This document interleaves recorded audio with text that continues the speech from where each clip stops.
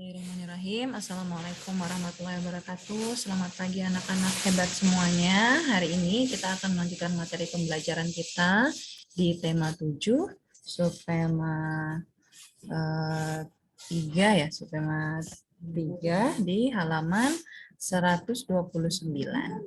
Nah, di sini kemarin kita sudah menggambar ya di subtema 3 pembelajaran 1. Sekarang kita akan melanjutkan pembelajaran kita ya. Sebelumnya kita membaca basmalah bersama-sama. Bismillahirrahmanirrahim. Nomor 1 di sini ya. Di sini ada kegiatan Ayo Berlatih halaman 129. Sudah ketemu halamannya anak-anak? Sudah, ini tugas untuk anak-anak ya. Anggap ini sebagai latihan di rumah. Dan ayah nomor 1 sampai 2, 3 sampai ini yang pilihan ganda dikerjakan sampai ke halaman 131 ya. Ini tugas pertama untuk anak-anak ya, halaman 129 sampai 131. Nah, di pembelajaran 3 di sini kita lihat bermain di kebun sekolah. Di sini tampak pada gambar ya, ada Siti, Dayu, Lani ya. Di sini saat istirahat, Siti dan teman-temannya bermain di kebun sekolah. Di kebun sekolah terdapat tanaman obat keluarga atau biasa disebut dengan toga, tanaman obat keluarga.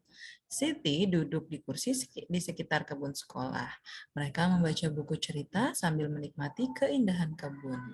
Di sini ya, kebunnya ada bunga yang dihinggapi kupu-kupu.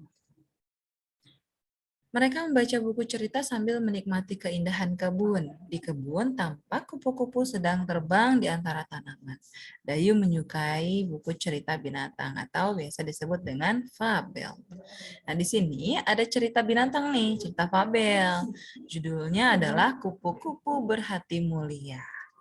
Ya, anak-anak dengarkan ya, anak-anak simak, Bu Amel akan bacakan. Dikisahkan pada suatu hari yang cerah, ada seekor semut berjalan-jalan di kebun sekolah. Anak-anak boleh sambil berimajinasi ya. Ia sangat senang karena ia bisa berjalan-jalan melihat kebun sekolah yang sangat indah. Sang semut berkeliling kebun sekolah sambil menyapa binatang-binatang yang berada di kebun sekolah itu. Ia melihat sebuah kepompong yang menggantung di ranting. Sang semut mengejek bentuk kepompong yang jelek dan tidak bisa pergi kemana-mana. Hei kepompong, alangkah buruk nasibmu. Kamu hanya bisa terdiam dan tergantung di situ. Ayo jalan-jalan lihat kebun sekolah yang luas dan indah ini. Bagaimana nasibmu bila ranting itu patah?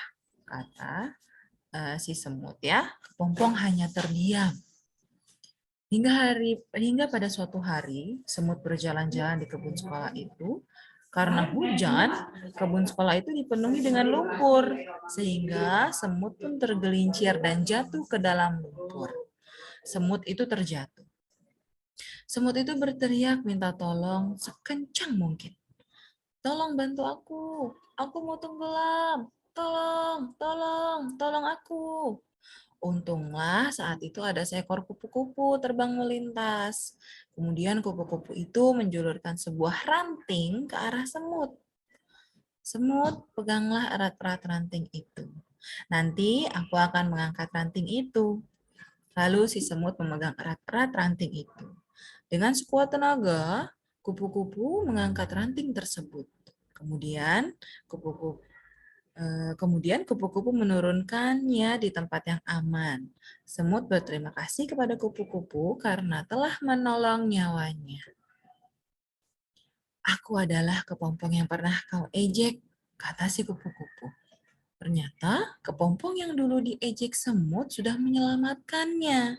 Akhirnya sang semut pun berjanji tidak akan menghina semua makhluk ciptaan Tuhan yang ada di kebun sekolah itu. Ya, tidak boleh menghina ciptaan Tuhan. Ya, sekarang kita kerjakan bersama-sama ya, halaman 135. Kita menjawab soal yang ada di sini berdasarkan cerita yang tadi sudah kita simak ya, Nak, ya. Nomor 1, mengapa semut mengejek kepompong? Mengapa? Karena bentuk kepompong yang jelek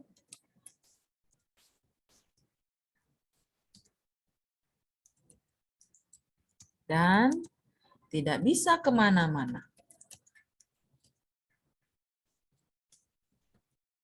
Tulis dulu ya.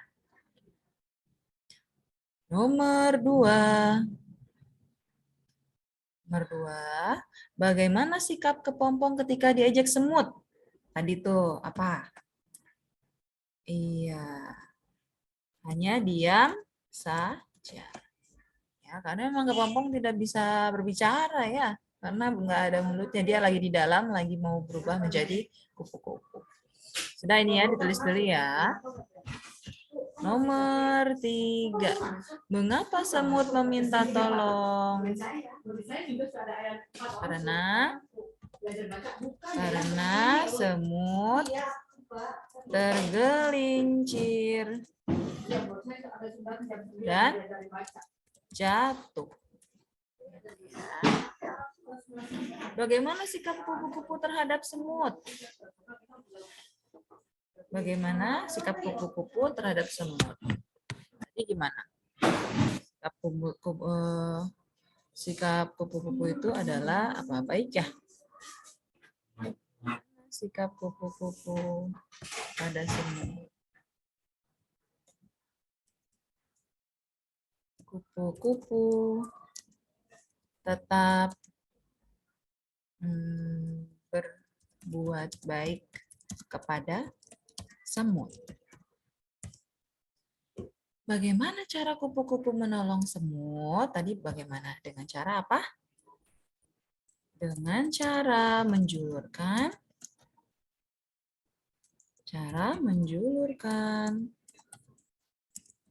apa? Ranting ya, ranting pohon. Agar bisa dipegang oleh semut dan semutnya selamat. Setelah kupu-kupu menolong semut, apakah yang diucapkan semut kepada kupu-kupu? Setelah kupu-kupu menolong semut, apakah yang diucapkan semut kepada kupu-kupu? Kupu apa? Semut meminta maaf tadi ya. Dan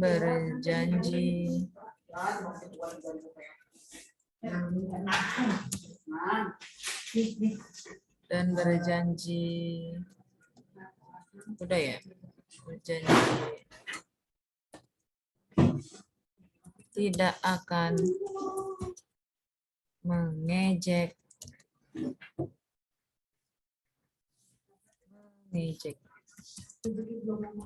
ciptaan Tuhan.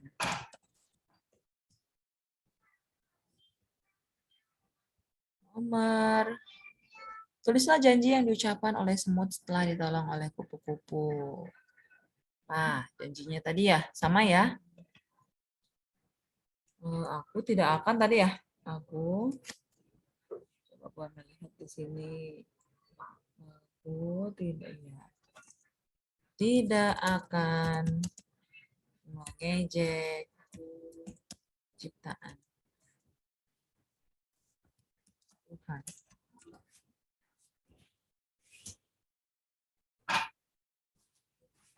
Tidak akan mengejek makhluk ciptaan Tuhan lagi.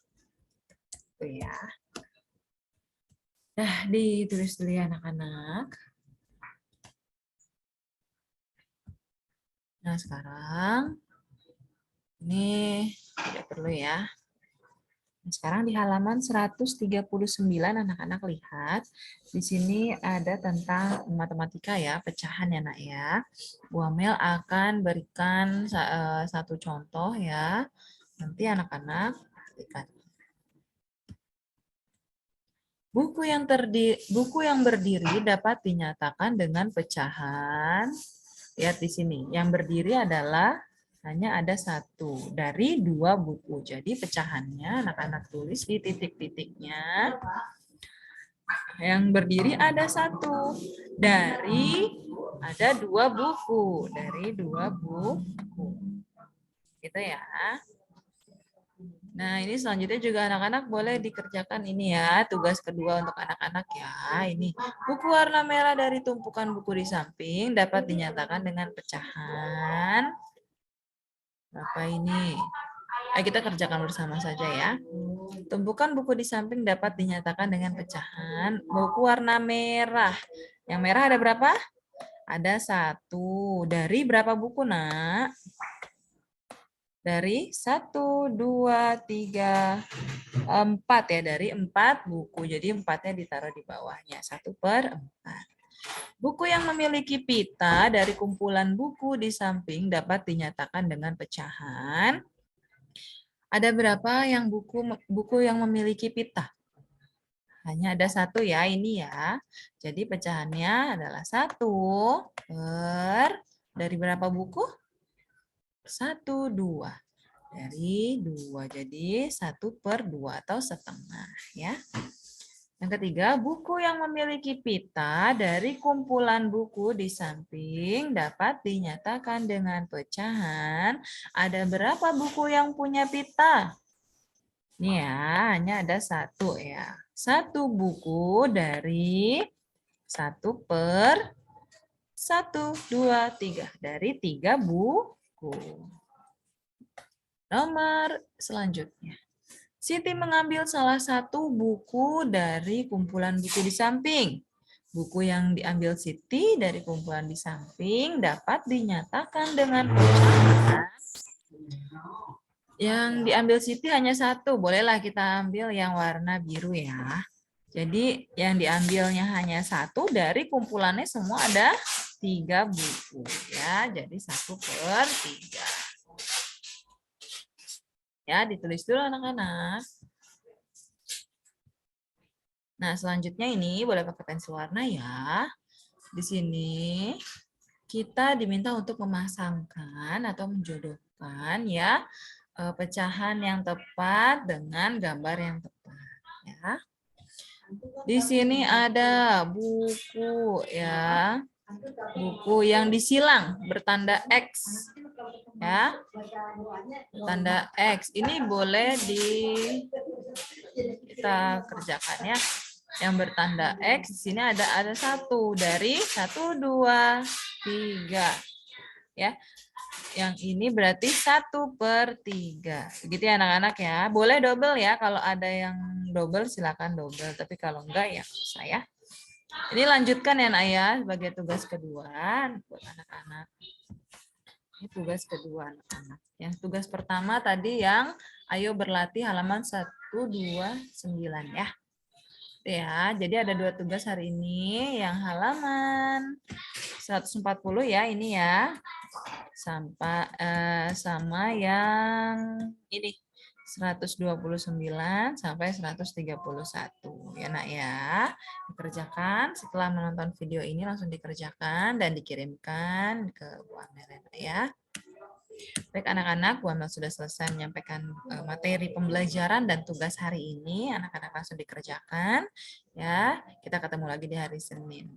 Anak-anak tetap jaga kesehatan dan tetap semangat walau terpisah oleh jarak. Assalamualaikum warahmatullahi wabarakatuh.